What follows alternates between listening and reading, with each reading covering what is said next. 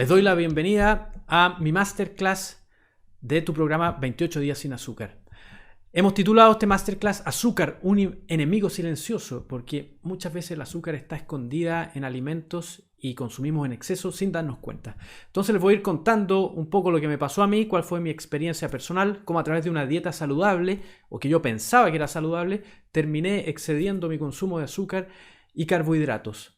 Vamos a conversar también acerca de los diferentes tipos de azúcares y edulcorantes, cuál ha sido o cuáles son las razones por las cuales hemos llegado a este estado en donde consumimos en exceso este tipo de cosas, y también vamos a conversar sobre cuál es la verdadera raíz del problema. Así que comencemos.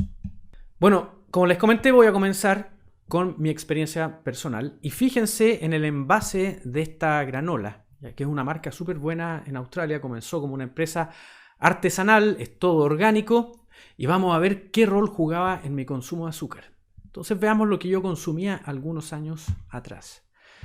Antes de hablar lo que consumía, en ese tiempo, y probablemente ustedes se sientan identificados con estos síntomas, a mí me faltaba energía, me sentía fatigado, mi estado de ánimo fluctuaba sin razón, había subido de peso, no tanto, unos 5 kilos, pero era inusual en mí, en particular porque había adoptado una dieta vegetariana que está asociado a salud y a un peso ideal en muchas ocasiones. Tenía altos niveles de estrés, todos los síntomas de colon irritable, hinchazón, gases, dolor, estreñimiento, reflujo, y además había comenzado a desarrollar una enfermedad autoinmune, lo que me generaba dolores articulares. Por esta razón fui al médico, al doctor, me hicieron exámenes, salieron alterados, me dijo: mira, tienes los triglicéridos altos, el colesterol alto, estás casi prediabético, el nivel de inflamación está elevado y tienes los marcadores biológicos de una enfermedad autoinmune. Lo primero que tienes que hacer es dejar de comer queso, reducir el consumo de carne. Yo le expliqué que no consumía ninguna de esas cosas porque era vegetariano. Su cara obviamente fue de sorpresa. Y cuando me hicieron exámenes más específicos para determinar qué tenía, no pudieron determinarlo. Por lo tanto, el curso a seguir fue píldoras antiinflamatorias, lo que no resolvía mi problema. Y así fue como yo comencé a cambiar mi alimentación, comencé a bajar el consumo de azúcar, y no fue hasta que dejé todo el azúcar y productos procesados en que comencé a notar una diferencia. Veamos qué comía en ese entonces. Esto es un ejemplo, ya no es que yo midiera calorías, ni tampoco se lo recomiendo. Esto lo he calculado ahora, viendo en retrospectiva, y refleja en promedio lo que yo comía de lunes a viernes. Después les voy a mostrar lo que comía el fin de semana. Entonces, al desayuno comía la granola que les mostré al principio. Yo me exprimía un jugo todos los días, prensado en frío, a veces de manzana, otras veces de naranja, iba variando. Y me tomaba un espresso que me lo preparaba yo también. Después ya me daba hambre, a las 10, 9 y media de la mañana comía fruta. Al almuerzo, como era vegetariano, intentaba combinar diferentes alimentos, dentro de ellos cereales como el arroz, con legumbres, para obtener los 9 aminoácidos esenciales. Además comía verduras y fruta. Después, en la tarde, nuevamente comía fruta, muchas veces plátano, o a veces una barrita de cereal orgánica, súper saludable. Y en la noche, en la cena, nos hacíamos un aperitivo de hummus y lo acompañábamos con pan pita integral orgánico y muchas veces un pedacito de chocolate súper buena calidad, y literalmente un pedacito. Como ven, en términos calóricos era bastante poco, ya, entre 1300 a 1500 calorías de lunes a viernes. Después, el fin de semana, nos dábamos algunas licencias, compramos unos croissants de almendras que vendían en una panadería francesa en Sydney. Muchas veces comprábamos un helado orgánico también, o pedíamos una pizza a buena calidad también a un restaurante italiano que había, y aumentábamos entre 500 a 1000 calorías adicionales por día. Y eso nos da un promedio por día de la semana, de los 7 días, entre 1500 a 1800, a veces a 2000 calorías, lo que es considerado hipocalórico. Y entonces, ¿por qué subí de peso o por qué me sentía tan mal si estaba haciendo todo lo correcto? Veámoslo desde otra perspectiva. Macronutrientes. Macronutrientes, hay proteínas, grasas y carbohidratos. Y dentro de los carbohidratos tenemos carbohidratos simples como el azúcar y fibra. Por eso muchas veces en la etiqueta aparecen carbohidratos netos o disponibles. Estos son los carbohidratos totales descontado la fibra, porque la fibra impide que se absorba todo el azúcar presente en estos alimentos. Pero como vemos acá, el 75% de mi alimentación está basada en carbohidratos netos, en carbohidratos disponibles para ser absorbidos. Solamente un 11% grasas. Las grasas son macronutrientes esenciales. Tanto el omega 6 como el omega 3 no podemos producirlo nosotros, por lo tanto es considerado esencial.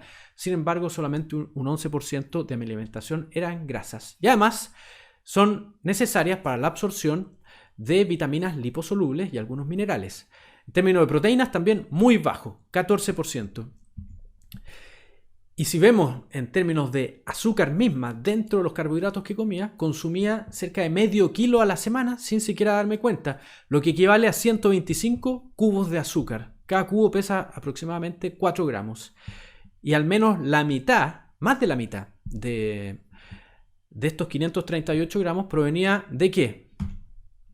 La granola famosa, que una porción tenía 28 gramos de azúcar, azúcar de coco orgánica o panela, como le quieran llamar, y el jugo que yo me exprimía. ¿Y ustedes saben cuántos gramos de azúcar normalmente están presentes en la sangre en una persona promedio con 5 litros aproximadamente de sangre en circulación? Solamente 4 gramos, un cubito. Entonces, si tú le agregas cerca de 18 de estos cubitos al día, tu organismo, en particular el páncreas, tiene que esforzarse de sobremanera para poder procesar todo este azúcar y permitir que el azúcar en sangre permanezca en sus niveles normales. Y en Latinoamérica, ¿quiénes creen ustedes que lideran el consumo de azúcar? Veamos. Bueno, Chile es el segundo mayor consumidor de azúcar en el mundo per cápita, según la consultora Euromonitor, que hace un muestreo todos los años. Consumimos en Chile, porque yo soy chileno, 147 gramos de azúcar por día por persona, es decir, aproximadamente 1 kilo a la semana, el doble de lo que yo consumía.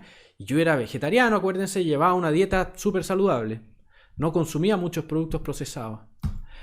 La Organización Mundial de la Salud recomienda un límite, no requerimiento, sino límite de 25 gramos diarios, aproximadamente 6 cucharaditas o 6 de estos cubos en una persona adulta, en un niño no más de 3.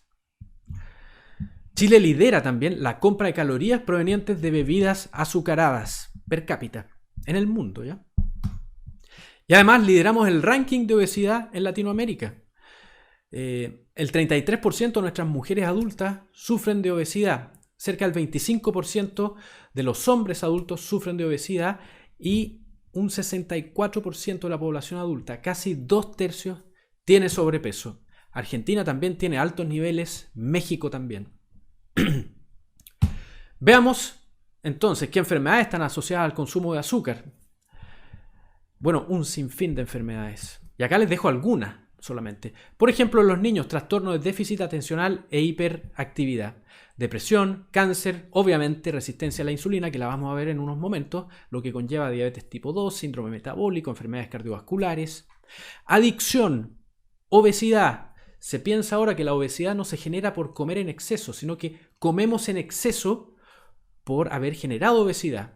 Disbiosis, alteración de la microbiota, hígado graso, desajustes hormonales, pérdida de la libido, permeabilidad intestinal, procesos inflamatorios, etcétera, etcétera, etcétera. Y estarán pensando, bueno, ¿de dónde viene el azúcar? Porque yo no le agrego ni siquiera azúcar al café y yo ya dejé el azúcar. Bueno, veamos si esto es así o no. ¿Qué tan fácil es llegar a los 25 gramos límites que recomienda la Organización Mundial de la Salud? Vamos a utilizar como referencia una cucharadita que son 4 gramos. Es decir, 6 de estas cucharaditas ya te hacen llegar al límite.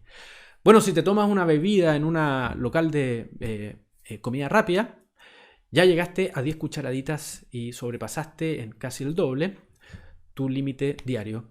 Si tú tomas un jugo de fruta exprimido por ti, ya llegas a 9 cucharaditas, superas en un 80% el límite diario. Ahora, por ejemplo, si te gusta comer saludable y comes una rica ensalada de cuscús que por si no lo sabían, el cuscús es un subproducto de procesar el trigo.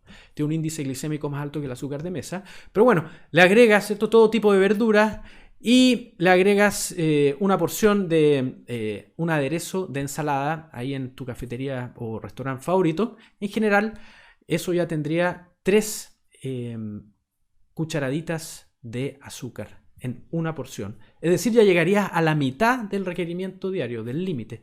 Lo mismo pasa con los yogur lights, con la salsa de tomate, etc. Entonces es muy, muy, muy fácil llegar a este límite y excedernos en el consumo de azúcar. ¿Y dónde encontramos azúcar? Bueno, obviamente en las bebidas gaseosas, en los jugos, en el pan de molde o pan envasado, en sopas, en todas las carnes envasadas como el salame, el jamón, las salchichas, vienesas, yogur light. En general un yogur light va a tener el equivalente de 6 cucharaditas de azúcar. Salsa de tomate, una porción, 3 cucharaditas de azúcar. Medicamentos, cereales para el desayuno, salsas, el ketchup, el pan de hamburguesa, el pan que tú te comes cuando te comes una hamburguesa en un local de comida rápida, es como comerse 2 cerritos de azúcar, básicamente. Y como les comenté antes, aderezos para ensalada. Es decir, está en todo lo que consumimos normalmente y es extremadamente fácil llegar a eso. ¿Y qué tipos de azúcares son las que más nos preocupan? ¿Ya? Hay 3 tipos de azúcar principalmente en nuestra alimentación: glucosa, fructosa y galactosa. Las 2 primeras son de fuentes vegetales. La galactosa es de fuente animal. Proviene de la leche, tanto la leche materna como la leche de otros mamíferos, a través de la lactosa. La lactosa está compuesta por 50% galactosa y 50% glucosa. Eso forma la lactosa. Pero nos vamos a enfocar aquí en 2, en glucosa y fructosa. Ambos son monosacáridos, es decir, es la unidad estructural de un carbohidrato. Provienen de fuentes vegetales, miel, frutas. La absorción es rapidísima en el intestino delgado y en el estómago. ¿Cuáles elevan el azúcar en sangre? La glucosa. La fructosa no directamente. La glucosa puede ser metabolizada por todas nuestras células. Sin embargo, la fructosa solamente por el hígado. ¿Y cómo se almacena la glucosa en el hígado? A través y músculos, a través del glucógeno, que es análogo al almidón, que se los voy a mostrar más adelante, que es como las plantas almacenan glucosa, y triglicéridos, grasa. La fructosa solamente la podemos almacenar como triglicéridos y es bastante más dulce que la glucosa. Y la fructosa, y en particular el jarabe de maíz de alta fructosa, es el principal enemigo que estamos combatiendo acá, ¿ya? También la glucosa, pero principalmente la fructosa. Y se pensarán, pero ¿cómo si la fructosa está en las frutas? Las frutas son buenas. Claro, las frutas son buenas, pero la fructosa está presente en todos los productos envasados y productos procesados, ya sea a través de la sacarosa, que es el azúcar de mesa, que está compuesta por un 50% glucosa y 50% fructosa, o cosas que se han desarrollado en las últimas décadas, como el jarabe de maíz de alta fructosa, que es al menos un 10% más dulce que el azúcar común y ha invadido nuestras cocinas y nuestra alimentación. ¿Y qué es lo que genera la fructosa? A diferencia de la glucosa estimula la liberación de insulina. La insulina va a permitir que se liberen las hormonas que le envían la señal al cerebro de que se suprima el apetito luego que hemos consumido alimento. En cambio, con la fructosa no sucede eso. Y nuestro organismo no sabe que la consumió, por lo tanto, sigues con hambre, comienzas a darte atracones de comida, te empiezas a sentir mal y entras en este círculo vicioso adictivo, ¿ya? La fructosa genera adicción. Los carbohidratos refinados y el exceso de carbohidrato también, pero la fructosa es muy peligrosa porque nuestro organismo no logra detectarla y por lo tanto no se generan las señales que sí se generan con otros alimentos. Y hay un doctor muy renombrado y activista respecto del azúcar y en particular la fructosa, en particular en niños y adolescentes. Él tiene un video en YouTube que tiene más de 8 millones de visualizaciones respecto de esto. Se llama Robert Lustig, es pediatra y endocrinólogo de la Universidad de California y él compara a la fructosa con el alcohol porque ambas son metabolizados por el hígado, ambos se almacenan como grasa visceral y ambos producen o promueven la resistencia a la insulina, dislipidemia, que es el aumento de colesterol y triglicéridos, e hígado graso. Además, generan adicción. Entonces la fructosa hay que tener mucho cuidado porque sin quererlo terminamos consumiendo en exceso.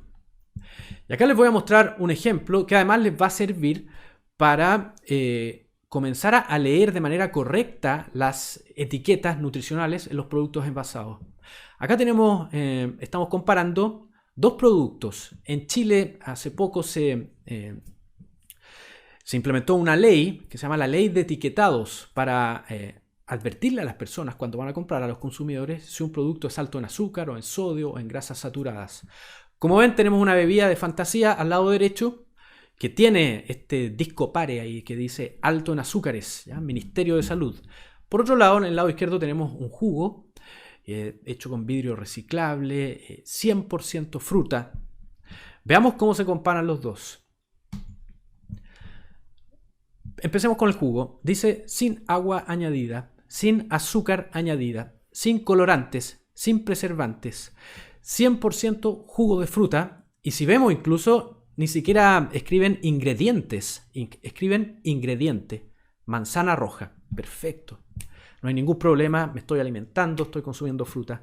Ahora si leemos la bebida de fantasía, tiene agua carbonatada, azúcar, ácido cítrico, saborizantes idéntico al natural, benzoato de sodio, amarillo crepúsculo y azorubina, ¿ya? Un veneno. Y literalmente lo es. Veamos en términos nutricionales. Y acá es súper importante fijarse en varias cosas. Empecemos por energía. El jugo tiene casi el doble, más del doble de energía que, en términos calóricos, que la bebida de fantasía. Ambos tienen 0 proteína y 0 grasas. Y ahora enfoquémonos en la siguiente, que tiene que ver con el azúcar, con la siguiente línea. Y esto les va a ayudar muchísimo cuando estén haciendo sus compras. Hidratos de carbono disponibles. ¿Qué significa eso? Que están disponibles para ser absorbidos por nuestro organismo. Es decir, o no contiene fibra o esta línea está después de la fibra. A veces dice carbohidratos netos. Veamos primero la bebida de fantasía. Tiene 19,4 gramos de carbohidratos disponibles en una porción, de los cuales 19,2 son azúcares. Obviamente no nos conviene. Pero ahora veamos el lado derecho, que se supone que es saludable. Hidratos de carbono disponibles, 41,7, más del doble que la bebida de fantasía. Y azúcares totales, 38,7 gramos. El doble de azúcares totales libres para ser absorbidas por nuestro organismo. El doble respecto de la bebida de fantasía. Y esto es un error, primero, la ley de etiquetado. La ley de etiquetado mide el azúcar que se añadió al producto y lo que importa es el azúcar que tú añades a tu organismo. Y a través de un jugo libre de fibra, estás añadiendo azúcar libre de ser absorbida a tu organismo. Y en este caso en particular, principalmente fructosa. Y veamos por qué sucede esto. Y este es el lado B de los jugos naturales. Si yo me voy a comer una manzana, la manzana contiene fibra, vitaminas, tiene aproximadamente, dependiendo del tamaño y el tipo de manzana, 13 gramos de azúcar, dentro de los cuales cerca de 2/3 es fructosa, 65 calorías. Me demoro un rato en comerla, mastico, genero todo el proceso digestivo y me genera saciedad. En general me voy a comer una y me demoraré entre 5 a 10 minutos en consumirla. Por otro lado, el jugo manzana de 33 ml contiene entre 3 a 4 manzanas, no tiene fibra, y contiene el azúcar de 3 manzanas que está libre de ser absorbida, principalmente fructosa, y el hígado va a metabolizar la parte en glucosa y el resto lo va a absorber, lo va a guardar como grasa. Ese es el problema con los jugos, sean naturales o sean artificiales. La fruta se come, no se toma. Veamos entonces opciones saludables de azúcar. Acá en el ejemplo tenemos el azúcar de coco y fíjense que es saludables, entre comillas. Veamos en esta tabla, tenemos diferentes tipos de azúcares, estamos comparando el índice glucémico y su composición de glucosa y fructosa, además de algunos nutrientes. Índice glucémico es la velocidad con que un carbohidrato va a elevar la glucosa en sangre. Mientras más alto, peor. y la base, que es la glucosa, es 100. El azúcar de mesa, sacarosa, tiene un índice glucémico de 65. Azúcar normal, blanca, que tenemos para echarle al café, por ejemplo, tiene mitad y mitad entre glucosa y fructosa. Ahora veamos la panela, que está tan de moda. Mucha gente me viene a ver y me dice, no te preocupes por el azúcar, yo ya la dejé, ahora consumo panela. Panela es azúcar con un menor grado de refinación, se llama panela en países principalmente en Centroamérica, también Colombia, Venezuela, y fíjense, tiene exactamente el mismo índice glucémico que el azúcar de mesa. Una cantidad, trazas de minerales. Después está el azúcar de coco, que tiene menor índice glucémico, pero igualmente relativamente alto. Lo mismo con la miel de maple. La miel de abejas es más bajo porque tiene un mayor contenido de fructosa. Sin embargo, lo único que sí hemos consumido como azúcar durante toda nuestra evolución, pero en periodos estacionales, y no como Winnie the Pooh, como sucede ahora, que vamos por un supermercado sacando miel, ¿ya? Acá era de manera estacional, teníamos que luchar contra las abejas para que no nos picaran. Y consumíamos en general desde la primavera al verano, y eso nos ayudaba a acumular grasas. Y el agave es el peor engaño de la comercialización y el marketing, que se comercializa o el gancho que se utiliza es que tiene un índice glicémico o glucémico muy bajo, y esto es producto de que está compuesto cerca de un 90% fructosa. No lo recomiendo, en especial a la gente que es vegana, que tiende a consumir mayor cantidad o en mayor proporción de sus azúcares agave. Ahora, edulcorantes. Hay edulcorantes bajos en calorías, naturales como la stevia, que vamos a hablar de ese, no es una mala opción. Tagatosa, ultraprocesado, proviene del procesamiento químico de la lactosa de leche pasteurizada, no se las recomiendo. Alcoholes de azúcar. ¿Y qué pasa con esto? Se los voy a demostrar a través de un ejemplo. Si ustedes estuvieran acá conmigo, yo les preguntara cuál de estas dos tortas está hecha con azúcar y cuál con alguno de los edulcorantes que nombré. Probablemente, simplemente mirándola, no podrían contestarme la pregunta. Y tu organismo tampoco lo sabe, tu sistema endocrino tampoco lo sabe, y por lo tanto se va a preparar para procesar azúcar, va a liberar insulina. Y al no recibir azúcar y sin liberar insulina, baja tu nivel de azúcar y por lo tanto te va a pedir reponerla. ¿Y cómo? De manera indirecta. Va a aumentar tu propensión, tus ganas por consumir carbohidratos en general refinados. Por ejemplo, pastas, arroz, pan, crackers, cereales. Y además de esto, muchos de los edulcorantes... antes de continuar con lo que les iba a comentar. Claro, todas estas son ricas fuentes de almidón. El almidón, como les comenté, es como las plantas almacenan glucosa y es muy fácil para nuestro organismo acceder a esta. Por lo tanto, en el largo plazo terminas generando los mismos problemas metabólicos que si hubieses consumido azúcar. Pero el otro problema, que es súper importante, que generan tanto el azúcar como los edulcorantes artificiales o naturales, es que alteran la microbiota intestinal. Y la microbiota intestinal regula muchas funciones de nuestro organismo. Regulación metabólica, regula el sistema inmunitario, el proceso digestivo, producción de neurotransmisores. Y actúa como un sistema endocrino externo. O para darle... este ejemplo se lo voy a dar después. Entonces, cuando la alteras, tu organismo comienza a funcionar mal porque la microbiota comienza a enviar señales erradas a nuestro organismo. Y comienza, a través de estas señales erradas, la comunicación entre el intestino y el cerebro, que se llama eje intestino-cerebro, que tiene que ver, por ejemplo, con la síntesis de serotonina, un neurotransmisor que controla los estados de ánimo, comienza a verse afectada. Por lo tanto, nos empieza a impactar no solamente a nivel físico, sino también a nivel anímico y cognitivo. Veamos también respecto del azúcar y la industria alimentaria, como es sabido que el azúcar no nos conviene, creo que hay más de 100 nombres que se utilizan. Acá hay 42 para que le echen una mirada cuando hagan sus compras y eviten comprar cosas que contengan al menos uno de estos nombres, ¿ya? En particular, que no es directamente azúcar, almidón. ¿Ya? Almidón de maíz, almidón de arroz, almidón de lo que sea.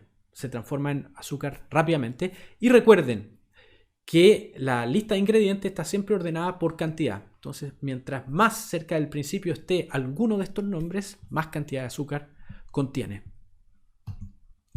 Y se preguntarán entonces nuevamente, ¿por qué me sentía tan mal y por qué continuaba subiendo de peso? Probablemente ya tienen una idea, pero hablemos de los desajustes hormonales que genera el azúcar. Y hablemos de la resistencia a la insulina. Primero, la insulina es una hormona que cumple una infinidad de roles, no solamente controlar el azúcar. Pero en términos de controlar el azúcar, se los voy a explicar de una manera ilustrativa. En una persona normal, cuando consumes, por ejemplo, cualquier alimento, la hora de almuerzo, porque no solamente los carbohidratos elevan la insulina, las proteínas también, pero en menor cantidad y el resultado es diferente. Pero bueno, yo como por ejemplo arroz con carne, esto va a hacer que eleve el azúcar en la sangre y la insulina es como que fuera un vendedor de azúcar. Va a tomar el azúcar, primero va a llevarla al hígado, le va a pedir al hígado que reponga las reservas de glucógeno. Luego se va a ir a las células y va a ir tocando el timbre de cada célula, ofreciendo la glucosa o azúcar. Las células la van a recibir contentas, van a producir energía y va a estar todo bien. Pero en la medida que vamos aumentando nuestro consumo de carbohidratos y en mi caso basando la ingesta calórica en carbohidratos, yo recuerden consumía un 75% de carbohidratos, el efecto de la insulina comienza a perder eficacia. Entonces este vendedor de azúcar, que cada vez tiene más azúcar, continúa tocando los timbres mucho más seguido hasta que los timbres se echan a perder y las células ya no responden, no escuchan. Y la insulina, este vendedor de azúcar, dice, ¿qué hago? ¿Qué hago con esto? Si continúo así me voy a morir. Se devuelve al hígado y le dice al hígado, lo siento, no pude venderla, tenemos que almacenarla como grasa. ¿Ya? Se activa la lipogénesis, comenzamos a almacenar la glucosa como grasa y además se disminuye la lipólisis, que es el uso de las grasas acumuladas como energía. Por lo tanto, comenzamos a subir de peso y a no poder bajarlo. Nos sentimos hambrientos, fatigados, irritables, queremos comer cosas dulces y saladas, no sabemos qué hacer y comienzan a generarse un sinfín de problemas. Bueno, la resistencia a la insulina, inflexibilidad metabólica, es decir, no podemos utilizar las grasas como energía ni tampoco podemos utilizar bien la glucosa como energía. Se genera síndrome metabólico, aumento del contorno de la cintura, hipertensión, dislipidemia, etc. Aumenta el colesterol, los triglicéridos y terminamos con diabetes tipo 2. Y además aumenta el riesgo por enfermedades cardiovasculares. ¿Ya? Se genera al final una catástrofe y no sabes qué es lo que te está pasando. Además de esto, cuando saboteas o interfieres en el funcionamiento de la insulina, se genera un efecto dominó en el resto de las hormonas. Por ejemplo, las hormonas sexuales que controlan mucho más que tu desempeño sexual. Comienza a fluctuar tu estado de ánimo. Baja la libido. Te sientes estresada y ansiosa. Y además, como baja la testosterona, aumenta el tejido adiposo y disminuye tu masa muscular.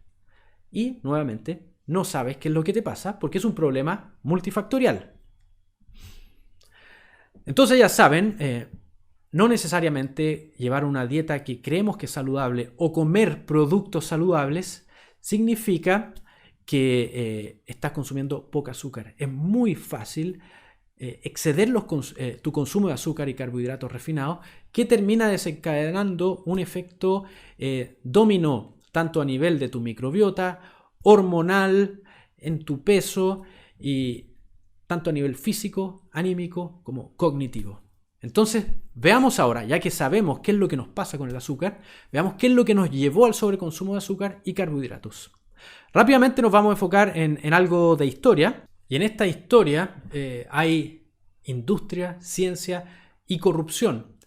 Y partió en los 50 cuando al presidente de Estados Unidos, Dwight Eisenhower, quien era un héroe de la Segunda Guerra Mundial, muy querido, muy carismático en Estados Unidos, sufrió un infarto y casi se murió. Y en ese entonces querían, como de lugar, determinar qué es lo que estaba causando infartos en la población, que habían comenzado a proliferar, a aumentar desde que terminó la Segunda Guerra Mundial, que coincide con la proliferación de la industria alimentaria. Y habían dos grandes teorías, una liderada por Ansel Keys en Estados Unidos, que culpaba las grasas saturadas que elevaban el colesterol, y en Inglaterra estaba el doctor John Yatkin, quien decía que no, que era el azúcar, en combinación con las grasas, pero principalmente azúcar. Finalmente, Ansel Keys, quien era también una persona muy querida en Estados Unidos, él había trabajado en la Segunda Guerra Mundial, desarrolló las raciones para los soldados que permitieron salvar muchas vidas, era también muy carismático, terminó imponiendo su teoría sobre las grasas. Y la teoría de John Yadkin, que quedó plasmada en su libro Pure White and Deadly, es decir, pura, blanca y mortal, terminó quedando sin destacarse. Y es interesante, lo voy a vincular con la parte de corrupción. En su libro, en las primeras páginas, él comienza diciendo lo difícil que ha sido para él poder hacer sus publicaciones. Ha sido bloqueado por tanto el círculo científico como la industria. ¿Y qué es lo que pasó? En Estados Unidos, en vista de que estaba surgiendo información acerca del azúcar y su relación con enfermedades cardiovasculares, la industria del azúcar se agrupó, creó el Sugar Foundation y pagó a 3 científicos en Harvard, 2 de los cuales, tengo la foto aquí, Mark Hegsted y John Stair. Todo esto salió publicado y desclasificado en el 2016 en el New York Times y muchos otros periódicos en el mundo. Lo que hicieron fue pagarle a estos científicos para que minimizaran el rol del azúcar en enfermedades crónicas y cardiovasculares y destacaran la teoría de Ansel Keys, es decir, las grasas saturadas y el colesterol como el enemigo número 1. Y fue tanto así que la FDA dijo tenemos que hacer algo, y a través del senador George McGovern en 1977 se implementó la famosa pirámide alimenticia con base en carbohidratos y dejando las grasas arriba con un poquito más, ¿ya? Porque las grasas eran el enemigo y los carbohidratos nuestros amigos, básicamente, que nos iban a permitir prevenir enfermedades cardiovasculares, diabetes, etc. Pero ¿qué pasó? Desde que se implementó esta pirámide alimenticia con base en cereales y carbohidratos, aumentó la ingesta calórica o las calorías disponibles por persona por día, tanto en Estados Unidos como en toda Latinoamérica, aumentó en 500 calorías por persona por día. Y eso es significativo. Piensen que una mujer que está en periodo de lactancia amamantando a su bebé necesita 500 calorías más, tanto para alimentar a su hijo como para producir esa leche. Y la gran mayoría de nosotros no estamos en esa situación y no necesitamos 500 calorías más por día, principalmente en un contexto sedentario como el que vivimos ahora. ¿Y qué ha pasado? A pesar de que se implementó esta pirámide alimenticia y que la gran mayoría de las personas sí la ha seguido, las enfermedades inflamatorias crónicas continúan al alza. Enfermedades cardiovasculares, diabetes, obesidad y también enfermedades inflamatorias como artritis reumatoide, como vemos en esta imagen, que muchos de ustedes quizás se sienten identificados con esto. Pero ¿qué pasaría si todos nos reuniéramos ahora y fuéramos a los diferentes gobiernos en Latinoamérica y en el mundo con pancartas exigiendo que esto se cambie y que nos digan la verdad? ¿Qué pasaría? Nada. Saldrían los titulares y después en 2 semanas todos nos olvidaríamos. Y por lo tanto tenemos que utilizar esta información como dentro del contexto histórico y enfocarnos en lo que sí podemos cambiar. Porque ya lo dice la Organización Mundial de la Salud, se estima que el 70% de las muertes en el mundo son causadas por circunstancias que tienen que ver con nuestro estilo de vida y alimentación, es decir, una decisión personal. Nosotros hemos elegido el estilo de vida que llevamos, ya sea de manera consciente o inconsciente, y por lo tanto está en nosotros cambiarlo. Y como van a ver cuando analicen su situación actual acá en el programa, nos vamos a enfocar en por qué tengo lo que tengo y no qué es lo que tengo, que tiene relación con nuestro estilo de vida, qué es lo que nos está matando, ¿ya? Y nos vamos a ocupar de ver cuál es la raíz del problema, que la gran mayoría de las ocasiones tiene que ver con los 4 pilares de nuestro estilo de vida: ocupación, relaciones interpersonales, movimiento físico y propósito en la vida o espiritualidad, pero más bien propósito en la vida.